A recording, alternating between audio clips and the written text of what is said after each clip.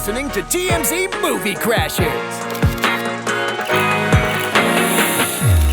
Welcome back to TMZ's Movie Crashers. I'm your host, Fabian Garcia from TMZ. I'm your host, Paige Cat from Toofab. Lots of movie news. Usual. Let's quickly go through the honorable mentions list. Stuff that we're not going to discuss at length, but we'll quickly address.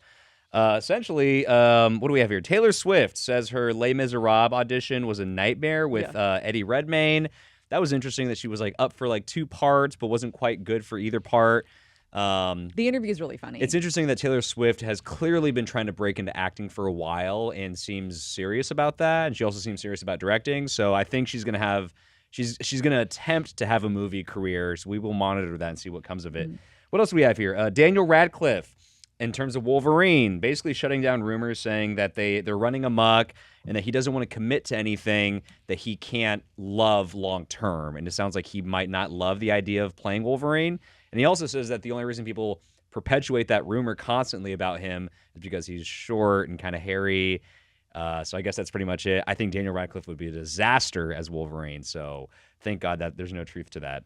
What else do we have here? We have Rihanna. Rihanna released her first new single in years for the new Black Panther trailer. Or not the trailer, just for the movie. Just for the movie, right? It's in the credits. Right, which is coming out in about a week or so. So that's big news. She has 2 songs in the movie for the soundtrack. Of course, we have to address the James Gunn thing. Him and the other guy, Peter Safran. There we go. Whoever that is, have been tapped to basically head up DC. Huge news. They're basically going to be the Kevin Feiges of DC. And now it's called DC Studios. It's not just DC Films. Correct. It's just all DC Studios as one big, people are saying it's in good hands with James Gunn. There was talk of a potential rivalry between Marvel and DC. But James Gunn and even Kevin Feige himself have kind of shut that down and said, no rivalry. Kevin Feige was the first person James Gunn told. Right. And they're all super buddy-buddy. They're very supportive. I don't like that. I like a little healthy Oh my God, of course you do. competition, Come on. a little healthy rivalry. Nothing crazy, but just, let's have some fun. Anyway. I don't think that would happen until James Gunn is completely done with Guardians. Yeah, I guess that's true because he's still in the Marvel world a little bit. There's still one more film coming out. Yes. So anyway, we'll see what happens Maybe that'll there. happen in the future. This was interesting. Quentin Tarantino denied Kanye West's claim that Django Unchained was actually Kanye's original idea and that Quentin and Jamie Foxx allegedly stole it from him when he pitched it to them. He was apparently, and Quentin Tarantino kind of clarified what this was all about. At some point years ago, Kanye wanted to make movies for his tracks, like Gold Digger, things like that. And apparently his idea for the Gold Digger movie, if you will, was that Kanye was going to be playing a slave of some sort or something like that. And Kanye just straight up said, Quentin and Jamie stole my idea for Django Unchained. Quentin said, we didn't steal anything. He had an idea for him playing a slave, and that's about it. That there's nothing connected what the story of Django Unchained is about. Anyway, Quentin Tarantino denying that claim. This was interesting. They're making a Friday the 13th prequel series based on the movie franchise, obviously. And that's interesting. I think it's going to be called Camp Crystal Lake or A24. A24 is behind it, which means it's probably going to be good. Yeah. And we're going to kind of get a behind-the-scenes look of Jason Voorhees as a child and his mother and things like that. I'm actually interested about that. I love when they explore the lore of stuff like that. It's going to be on Peacock, I think. Yeah. Well, that's fine. I mean, we'll see. But I love the Friday the 13th franchise, despite how goofy it's gotten over the years. And for A24 to be producing it, that means they're going to take it seriously. So I'm very interested about that. Matthew Perry. And I know this is a little late because this came out last week, but we're going to address it. His memoir actually comes out today. Okay, there you go. Yeah. Matthew Perry. I don't like Matthew Perry. I'm glad that he's clean or whatever and sober. Good for you. Good pat in the back. But he's been talking a lot of shit, specifically about Keanu Reeves. There have been passages from his memoir that have been getting leaked, and he basically repeatedly, released, whatever. Not leaked.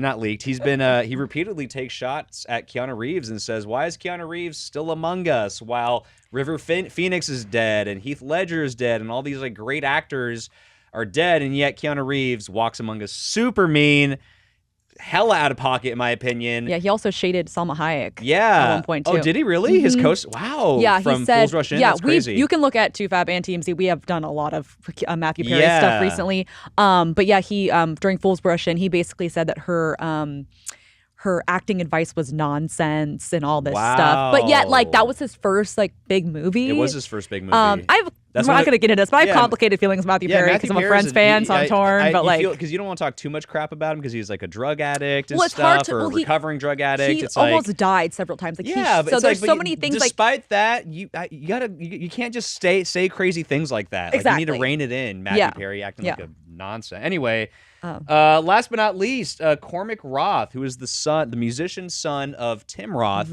Died this week, like suddenly. Cancer, correct, at 25. That was super sad.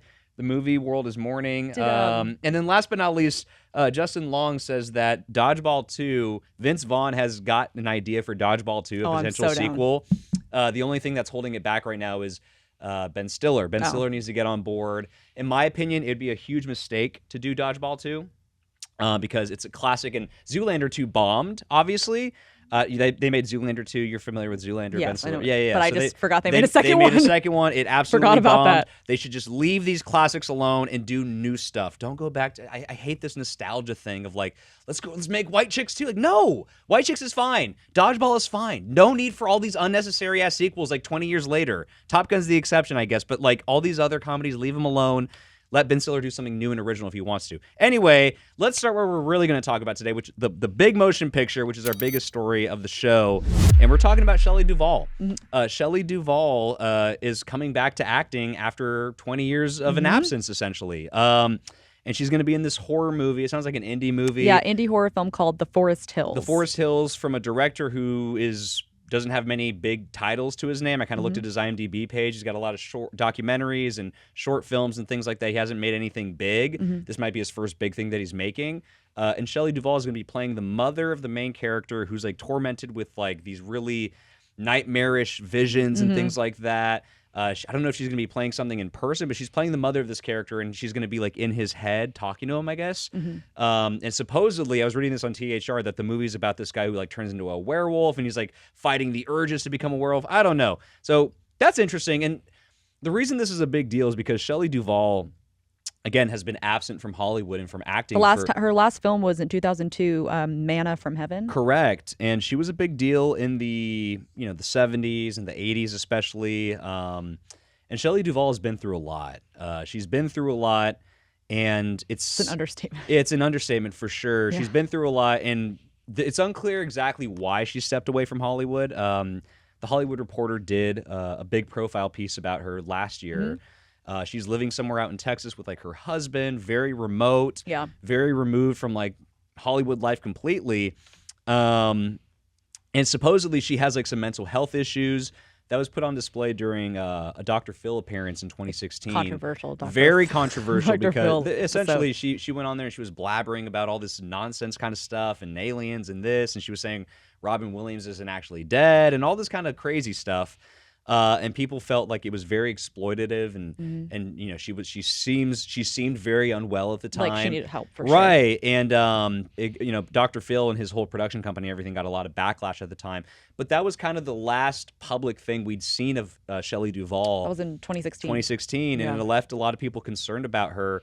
But then when this profile piece from the Hollywood Reporter came out, she seemed a little more coherent, a little more grounded. Sounds like she might have gotten some help that she perhaps needed or something. But it's good to see her back in acting, though. It's good to see her come back in any capacity, because Shelley Duvall, I mean, God, like, she's such a unique actress. If you look at her body of work, she was in Popeye, she was in The Shining, obviously. Those are like her two big claims to fame. She had a very memorable cameo in Annie Hall, the Woody Allen movie, playing like a Rolling Stone reporter. She's in it just for like a scene or two maybe, but she's been in like some iconic movies. And I gotta say, like, from the stuff that I've seen of her, she's very good at like humanizing roles, and because she's like this like big buck teeth kind of like wide-eyed girl. She tends to play a lot of like very eccentric. Eccentric, like damsels in distress kind of thing, especially with The Shining. But the reason why so many people feel bad for Shelley Duvall, particularly pertaining to The Shining, is because Stanley Kubrick, who is, you know, a legend of legends of filmmaking, obviously, he put her through a lot. Reportedly put her through a lot. Grueling filming schedule. They shot over the course of like a year plus or whatever. 500 days, correct. 15, 16-hour days. This was like back in 79 when they were filming this in London. And apparently he was very cruel to Shelley Duvall, or could be cruel. It's interesting because like there's kind of conflicting accounts. Like Shelley Duvall now is reading that THR piece, and she was kind of making it seem like, well, Stanley Kubrick wasn't that much of a monster. But then there were people that were on the production back then who said no, he was in fact a monster, and that he was doing stuff to her that was like, because he wanted to get certain reactions out of her. He wanted to make her performance so authentic. Of being like a terrified mother, like being actually terrified her, so literally, she would look terrified. Essentially, and he was isolating her from Jack Nicholson. He was telling Jack Nicholson things that he wasn't telling Shelley Duvall to surprise her. Like for the door scene, yes. Allegedly, like they shot that like 60 times or whatever. And like she apparently, Jack Nicholson like didn't tell Shelley Duvall like beforehand like when things were gonna happen, so she would actually look freaked out, scared and terrified when he came through the door. And apparently Shelley Duvall was she was obviously being tormented, and she was crying a lot. She had an actual anxiety attack on the set at one point. And she says, a lot of that stuff that you're seeing on camera is real, especially towards the end of the movie as I'm running away from like my deranged husband. Yeah. And she cried a lot on set, and she said that at certain times she would wake up crying to the idea that she was going to have to cry that day. Yeah. And she told that to the Hollywood Reporter last year. Yeah. But then she also kind of backtracked and said, as far as like Stanley Kubrick a little bit, she said that because they were filming the making of that movie for a documentary. Like Stanley Kubrick's daughter shot behind the scenes of the making of that movie, and I think Stanley Kubrick was putting on a performance for that documentary, and he was I think he was purposely trying to make it seem like he was being mean to Shelley Duvall. Because did you see any of that behind the scenes footage of him talking to her? I haven't seen that. So basically, there's a lot of moments in that documentary of the making of The Shining where Stanley Kubrick does come off as a jerk. He's telling. But what would be the point of that? I think he wanted to maintain some kind of public image of himself as a filmmaker, but behind the scenes, I think he was a little more kind. I mean, perhaps. I hope so. Right, but like if you watch the documentary, there's several times where he's telling Shelley Duvall, like, no, that's the wrong instinct. That's the wrong character choice. That's the wrong acting. Like he's berating her. He's telling the other people in the production and the crew members, ignore Shelley, don't talk to her, blah, blah, blah, blah. And so again, on camera for the making of this documentary, he comes across as quite cruel to her. But Shelley Duvall I've read different quotes of hers where she says, well, behind the scenes, he might have been actually a little nicer, you know what I mean? So it's very bizarre. Stanley Kubrick was a weird guy.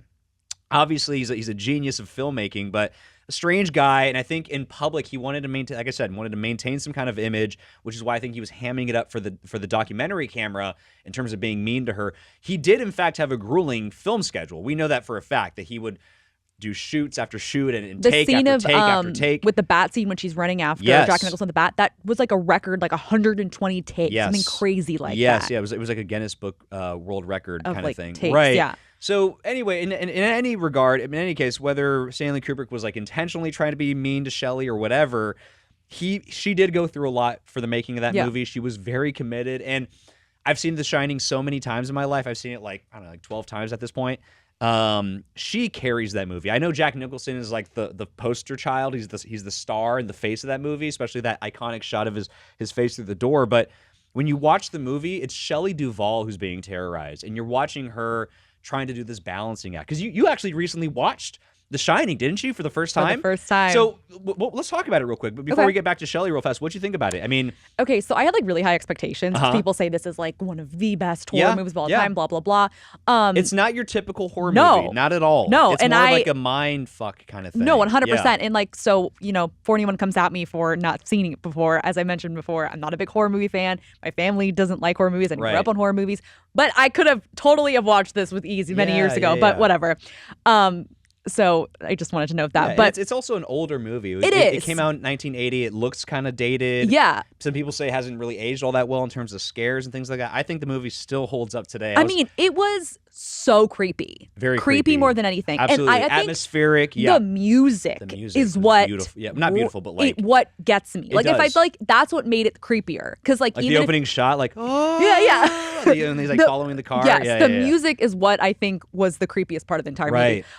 But I mean, I liked it. I think it was great. It was a little bit long for me. It was long. I was like, it's like 2.5 hours. I'm like, come on. And for a movie that's that old, I didn't think that movies back then were that long. It drags on, and And we're not going to get into all the meanings. No, and no, this no, and that, because But there's so many theories about all that. But I will say, Shelley Duvall is phenomenal in this movie. She absolutely is. I didn't know about this stuff so I watched it on like Sunday, I want to say. Yeah.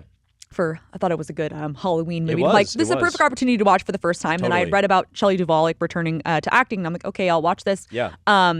And then after reading about everything about Stanley Kubrick and about how he was treated her on set, it made me like rethink some scenes. Like, for example, well, obviously she does this throughout all of the movie, but she was running kind of not bizarrely, but a little bit unusually, like in the sense that like instead of being like, why aren't you sprinting? She's kind of like doing this kind of like little little trot. Like, and I'm like, girl, why aren't you running? And then now looking at this, I'm like, she's dehydrated, probably hasn't slept. Right. She's so tiny. I'm like, no wonder she probably couldn't run any faster if she wanted to. And another thing too, does that you know what I mean? Yeah, Stephen King, who wrote the book for The Shining, which is the source material, he didn't like Stanley Kubrick's version of the movie, and he always felt that the way Shelley Duvall played that character and the way Stanley Kubrick directed, because I just want to make this clear. Stanley Kubrick, the way Shelley Duvall comes across in that movie, Stanley Kubrick was very intentional. He wanted her to be that way. Yeah. And Stephen King didn't like that. He felt that it was like minimizing her as a woman and making her just kind of a housewife and just like this like useless, spineless person.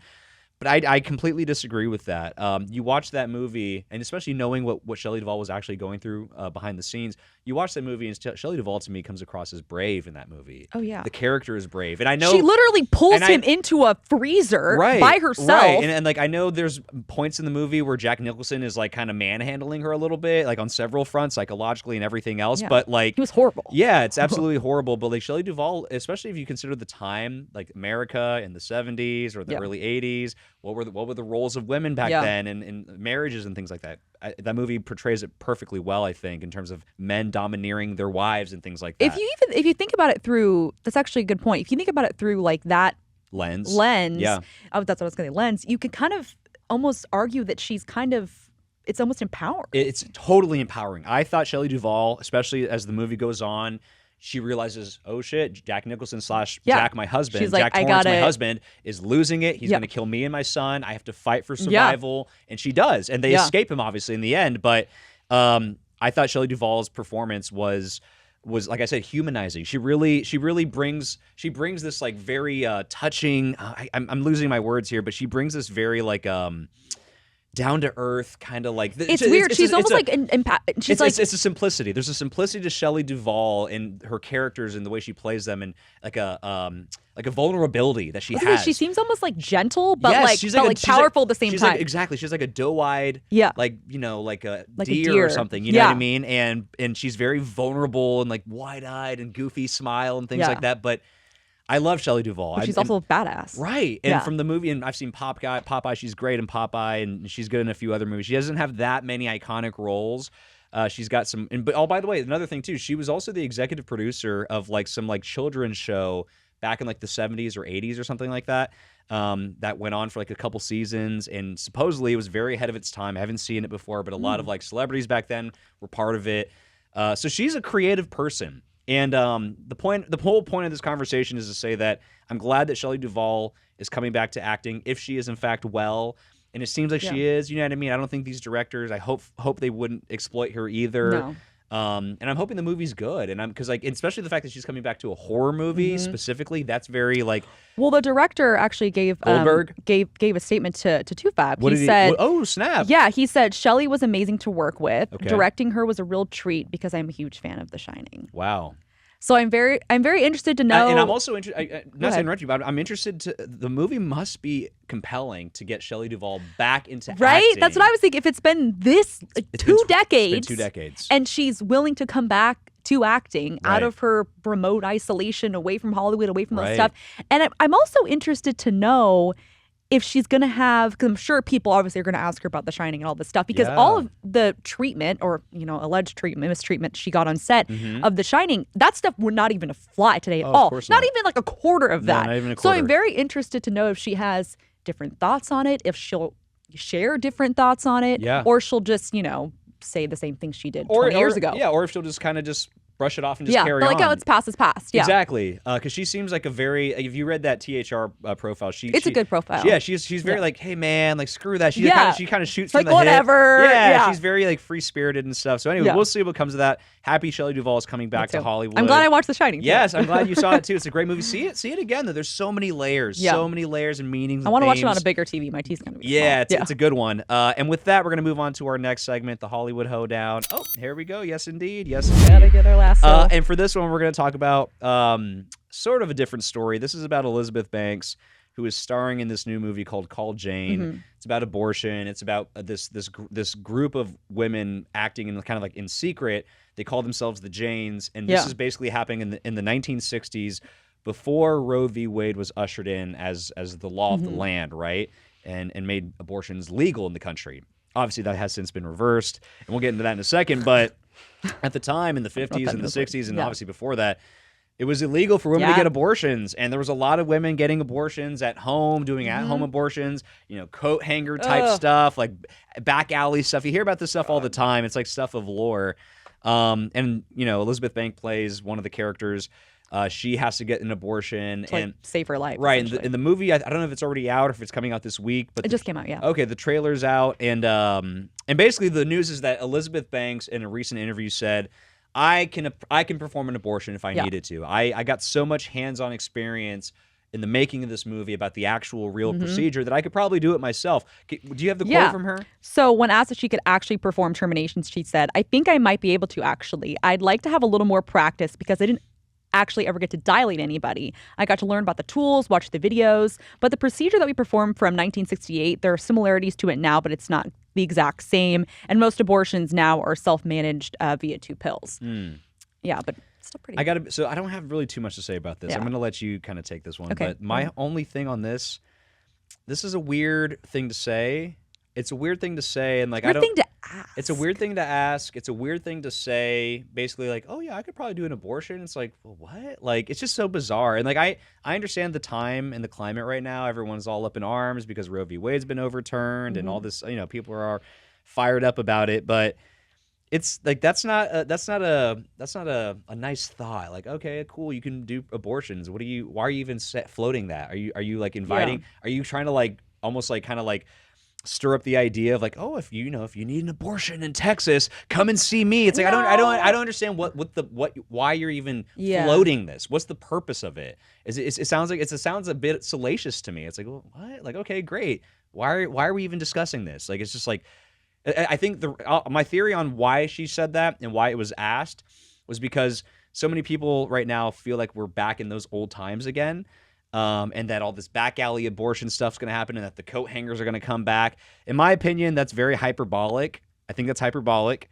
And I think Elizabeth Banks is leaning into this hyperbolic notion of like, oh my God, we're back in the 50s again. If you need an abortion, I can perform one for you. That's how bad things are. And I just think that's weird. It's just like, okay, I don't think it's quite that bad. You know what I mean? For you to like, it seems like you're almost like volunteering yourself to perform abortions, which is insane to me. It's like, what are we talking about here? So anyway, that's kind of my thing on that. But where do you land on what she has to say? So I think maybe you're going a little too deep with what she said. I mean, obviously a lot of the conversation, I skimmed some of it, the Vanity Fair piece, because I did the write-up for toofab. But, I think it was more from like I interpreted it as more of like from a research perspective, because her character does get an abortion in the film. Sure, and so I'm sure she totally had to get educated. But I think when the way she answered it, she didn't say, I can for sure perform an abortion. Right. She said, I think I might be able to actually. And that's the headline, though. Like, that's what we wrote it out as well. Like, I'll admit that. All the media outlets ran the headline as Elizabeth Banks says she can do an abortion. They said it definitively. You're right. But she didn't quite say that. I know. So that's how we, of course, ran it too. Why do you think it was even asked, though? Like, what's your theory? I honestly, what I mean? I forgot the bringing this up in the first place? The full question. But I think it's kind of. I think it was just done to stoke the flames, really. Yeah, but I do think it's kind of interesting that she learned about how it's done. I definitely did not take it as she's literally volunteering herself that she can do it. Right. But I don't think she should have. Too much of a leap. Yeah. Yeah, I don't think she should have said. first of all, I think it's a little bizarre they asked, for sure. I agree. But I don't think she should have said, I think I might be able to just say, oh, yeah, like, I know how it's done. Yeah, I learned how it's done, Yeah. but not saying I could do it. But Right. But then again, they asked her that, so I guess they kind of fed her. So they fed that to her. But, yeah, it was a bit of a baiting question. I do think it's very, obviously very timely and relevant to what's going on. I mean, the film couldn't come out at a better time, I guess, or worse time, depending on how you want to see it. Right. But she also said that she drew on her own personal experiences because she including a painful experience she had getting 2 ovarian cysts removed years ago, and that pain that she had and how she was treated by the male technician is things that she was kind of brushed off. So she brought that in, drew on that for when Sure. her character got the procedure. And that's also, I don't know if you know about this, and I just wanted to note this because it's something that I see a lot on TikTok, and it's become like a very big topic about how women's pain is not really recognized for gynecological exams and procedures, such as like getting getting like an IVF inserted, or getting like a cervical Pap smear and biopsy. stuff. Pap smear is just like a regular gynecological exam, but even that, they still use like the old school speculums that they used, I think that's what they're called, way back when, the metal things. Jesus. Some the same ones. It's 2022 and they use that. Some God, I always say it, gynos. I always pronounce it wrong. Gynecologists. I should, as a woman, I should be able to pronounce it. Gynos use plastic ones, but it's rare. Yeah. And women aren't given medication to get like pain medication or even put under for IVFs. One of my friends got an not IVF, IUD. Oh my God, IVF, IUD. Sorry, Right. Too many I's. IUD, like they don't give you pain medicine, and it's they like just kind of jam it in there. Yes, and that goes Jesus all the way Christ. into your uterus, I believe, or your cervix, or even like a cervical biopsy. They literally take cells from your cervix, and women aren't like put under. That's interesting. And it's becoming this conversation, and I think that was just. Yeah, and why, she kind why of. are we like being so rough with? Yeah. Like that's ridiculous. There was actually a If TikTok anything, I saw. that type of procedure or examination or anywhere in that area needs to be dealt with the utmost care and delicacy. You know what I mean? It's like very, very sensitive down there, and that's like a very large, like a very big pain area of a woman's body. Yeah. And even there was like this TikTok I saw yesterday. This doctor, because a lot of doctors are like duetting these videos to try to get the word out, give context, because the doctors want this to change as well. But there was like this. I saw a TikTok yesterday of this guy getting put under for a tattoo on his ribs. And then the doctor like being like, this is ridiculous. And all these women in the comments saying like, oh, they gave me Tylenol after I had a C-section. I'm like, Tylenol? Yeah. Like, that's ridiculous. No, you're but right. I thought about that. It's a larger societal conversation. Because she kind of she didn't bring up that specifically, but just kind of that in overall message about women's, how they're treated. Yeah. For these kind of procedures and stuff like that. But she said that, when she was getting the procedure for getting her ovarian cyst removed, this was like 10, 11 years ago. And she said she still thought of this when she was in the filming the abortion scene because of that pain was so bad. So she tried to like draw on that painful experience. Yeah. And she said there was a lot of sense memory in the acting for me. It was very intimate, what women are put through. And she was even saying that at the time when she got the ovarian cyst removed, the technician was saying was no bedside manner, just totally mean to her. And she was like, can you stop? Very matter-of-factly. And she was literally like, can I stop? Can you stop? I'm going to throw up. Like, I'm so nauseous, I'm going to throw up. Yeah. And she's like, and she said right here, and honestly, that's what I was thinking of while I was having the procedure in the movie. A pretty easy sense memory to bring up because it was raw and fresh, even though it was 10 or 11 years ago. Wow. So I just wanted to note that because that's how traumatic those experiences can be. Yeah, and that was getting ovarian cyst removed. It was like something that you should totally be under for. I'm obviously not a doctor. Right. It's very invasive. Yeah. So just another thing that I just wanted to note. No, for sure. We're put through a lot. I'm sure the movie is powerful. Yeah. And it is timely. People should go watch it. It's called Call Jane. I think it's hitting theaters this week, perhaps. Yeah. Go see it. Go check it out. And with that, we're going to move on to our final segment. Yeah. What'd you see? What'd you think? Yes. And I'll quickly go through mine. I was a little behind on movies this week. It was Halloween weekend. I wasn't able to get out and go catch a movie properly in the theater, but I did watch something on Netflix last night, and I know I'm very anti-Netflix. I literally said, I know you're anti-Netflix, but this is out. Yeah, I'm very anti-Netflix, but a good movie is out. It's called The Good Nurse with Eddie Redmayne, speaking of him, and Jessica Chastain, and it was good. It was really good. I was impressed. It's basically the real life story of a serial killer that maybe not so many people know about. Frankly, I'd heard about Jeffrey Dahmer in the past, but never really quite knew about his. You're right, but like I never really quite knew about his crimes, and then the show comes out and gives you a full examination of everything. That's why I think these kinds of shows and movies are good. Yeah, let's see the crimes. I want to see the truth, right? And then with this guy, Eddie Redmayne is playing serial killer, real life serial killer, modern day serial killer, I should say. Yeah. Charlie Cullen. He was a nurse in the early. He was a nurse in the late '90s, early 2000s, and he killed hella people.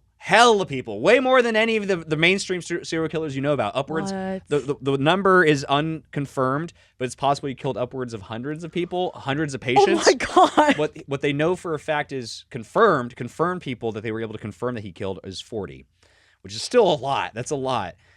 Basically, what he would do was he worked in the ICU in all these different hospitals in like the East Coast, like New Jersey and Pennsylvania.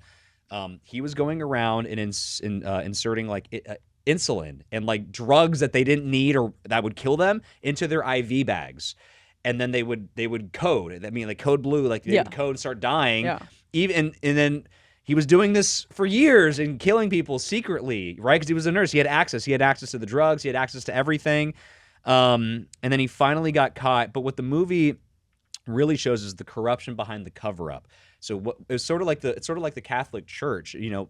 Priests sexually abusing kids, they cover it up, they ship that priest off to another church, and they just keep it on the hush, right? And they don't punish these people, they don't kick them out of the church, they just kind of ship them off somewhere else. That's kind of what was happening with this guy Charlie Cullen. He was bouncing around from different hospitals for several years. His bosses and the people at the hospital suspected he was doing something suspicious. But rather than call him out or call the police or do something, they just said, let's just get him out of here. You know, we'll fire him. We'll give him neutral references so he can get a job somewhere else. And that's kind of what happened for years. And then finally in 2003, a nurse he was working with and befriended, Amy, who Jessica Chastain plays. Yes. He seems like a regular guy, like a nice guy. He's got his own kids. He's divorced. She kind of brings him into her life, and he seems very normal. And she confides in him, and they become really close friends. He starts coming over, taking care of her daughter for her babysitting. So he gets very ingrained in her personal life. And then once some patients in her wing start randomly dying, even though some of them seem like they're on the mend, that they're recovering, that they're going to get better, all of a sudden they're coding and they're dying. And it's unexplainable. And then the police start getting involved.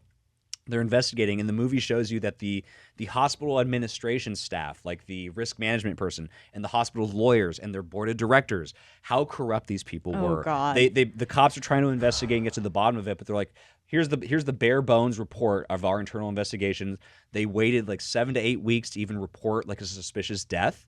And they were not cooperating with the police at all. And what this nurse had to do was go rogue, risking her job to cooperate with the cops by herself. And then what she basically did was she kind of went undercover for them, got like a wire and stuff, and basically tried to like get a confession out of him. She didn't ultimately get the confession like clear cut, but it was enough for them to finally arrest him, to interrogate them. And then finally, when he finally did confess, it was her in the interrogation room saying, look, just tell the truth. Just tell the truth. And he finally breaks down, tells the truth. And as far as rationale, because the movie claims that Charles Cullen never actually explained why he was really doing this, although he did. He went and did like different. By the way, he's serving like 18 life sentences. He's been sentenced like several times, and he's been punished by judges because he like has tons of outbursts in court. But Charles Cullen has done interviews with like CNN and 60 Minutes, all this kind of stuff. And some of the part of the rationale he cited for doing what he did was because he said it was like an act of mercy, that he thought a lot of these people were like on their deathbeds and they were terminally ill, so he felt like he wanted to release them of their pain and just kind of kill them. That doesn't actually hold up though, because he was killing people that oftentimes were on the mend. So it sounds like he was just randomly picking and choosing different ICU victims to kill. So there's no real rhyme or reason to why he did what he did. He's a serial killer. He's a deranged person. But the movie was really good. Jessica Chastain once again proving she's a diverse actress and she can do multiple roles. And she's always just powerful in all of them. And Eddie Redmayne, who I'm not really all that familiar with his work, frankly, I haven't seen a ton of his stuff. Have you ever seen The Theory of Everything? No. What he won his Oscar for? No. Oh my God, you have to watch it. I've been kind of ignoring Eddie Redmayne for years now. Just like, I'm not all that interested, but he's good too. He was really good. Good movie. Good. A rare, solid Netflix offering. Wow. Yes. So people should go watch it. The Good Nurse. It's on Netflix. Yeah. It's streaming right now. What'd you see? Okay, so I saw the Banshees of Inisherin. Wow. Okay. Which I need was to see that very one. looking forward to seeing. Yeah. Had really high expectation. Colin Farrell, Brendan Gleeson. Yes. So the film has been getting a lot of Oscar buzz. Very high Rotten Tomato score. It was at 100 for a while. It's like 97. Wow. So it's set on a remote island off the coast of Ireland called Inisherin. It's a fictionalized island. It's set in the 20s during the Irish Civil War. Wow. So you see like the bombs going off in the mainland and stuff like that. So it's a small island. Everyone knows one another, small town, and it focuses on these two former friends played by Colin Farrell and Brendan Gleeson. The names are kind of hard, so I'm not even going to attempt it. Yeah.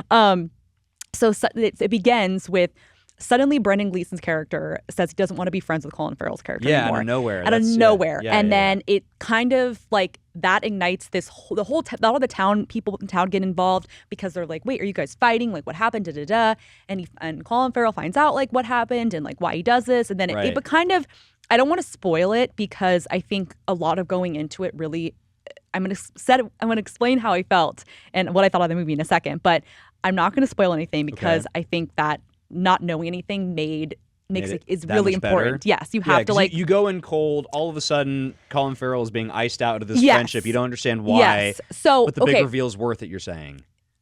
Kind of. It's hard to explain. Okay, so basically, this is what I will say. So the film is described as a dark comedy or comedy drama. The first half of the film maybe a little over half, is a comedy. It's funny, it's kooky, it's like dark comedy. It's like, why is he just randomly shutting him out? Like, and he's kind of just like, and Colin Farrell is determined on getting to the bottom of it. Yes, he's determined. And then becoming his friend again. Yes, he's like, you're not going to like just cut me out. He will not stop. He will not stop. And he's like, and then he, and other people get involved and stuff like that. Right. Which sounds like a funny premise. But then it turns into this super heartbreaking drama. Wow. Like I was in the theater crying. No way. Yes, and I was like, I thought this was a comedy. Why am I so sad? Yeah, I'm not going to explain why I get so sad. It takes a dark turn. It takes a dark turn. Wow. The reason he finds out, this isn't really a spoiler too much, but he doesn't fully explain why he still doesn't want to be friends with them, but essentially he says it's just because like Colin Farrell's character is dull. Like his it's a dull person, so he's like determined not to be dull. Wow. And basically like why things take a turn, that's the kind of the bigger surprise. Sure. And it's just out of nowhere, and then just things kind of like, it's like this ultimatum he gives him, and it's just like, it's crazy. I know I'm kind of talking a lot of nonsense because I don't want to spoil anything. Sure, no, I get it. But I will say, overall, it was a great film. Even though it was so heartbreaking and I was so shocked by that. I think the best movies make us feel something, right? Of course. And I think, again, go into this blind, don't read anything. Made me laugh, made me cry. Okay. I would have liked the ending if it was a little bit more uplifting, but I'm not gonna spoil anything. Sure. But it broke my heart. And Colin Farrell, the performances in the movie are amazing. Colin Farrell is incredible, phenomenal, Oscar-worthy performance, as they're saying. Wow. I think he definitely deserves a nomination. What This is the about best Gleeson? I've ever seen him. Gleason's right there with him. Okay. Both of them deserve nominations. They're both Interesting. awesome in this movie. So was Barry Cogan, who plays like one of their other friends. He's kind of like this kind of like dim-witted kind of like Irish boy. Yes. Yeah. I do wish the movie had subtitles though, because the accents are very thick. Oh, yeah, for sure. And a lot of impossible to understand Irish but it's people. also so funny because the way they say, I'm gonna curse real quick, say fucking, they say fecking, so they go fucking, and it's just like really funny. And that's a terrible accent, but that whole movie. That's funny. That's why it's R, because they say F word like every other word. Sure. But yeah, great film. And I will say my favorite part of the movie, there is Colin Farrell's character has a pet miniature donkey named Jenny that has a little bell and likes to come in the house. Okay. All right. It's the same director and writer from 3 Billboards Outside. Oh, no way. Which honestly, what I remember of that movie, I don't remember much because I didn't really like that movie very much. Yeah. But I loved this in comparison. Well, I liked that movie. It was an Oscar movie at the time. Yeah. Sounds like this one's going to be a big Oscar for sure. hit. Interesting. And again, I know that wasn't the best explanation because I didn't really want to spoil anything, it's but good, it's so it's good. Highly recommend everyone go see it. Okay, right on. Well, that seems like a good place to end. Yeah. So thank you guys for tuning in with us. Stream us on Apple, Spotify, iHeart, Amazon. We're on the website. We're on YouTube. And yes, we will check in with you guys later. See ya. See ya.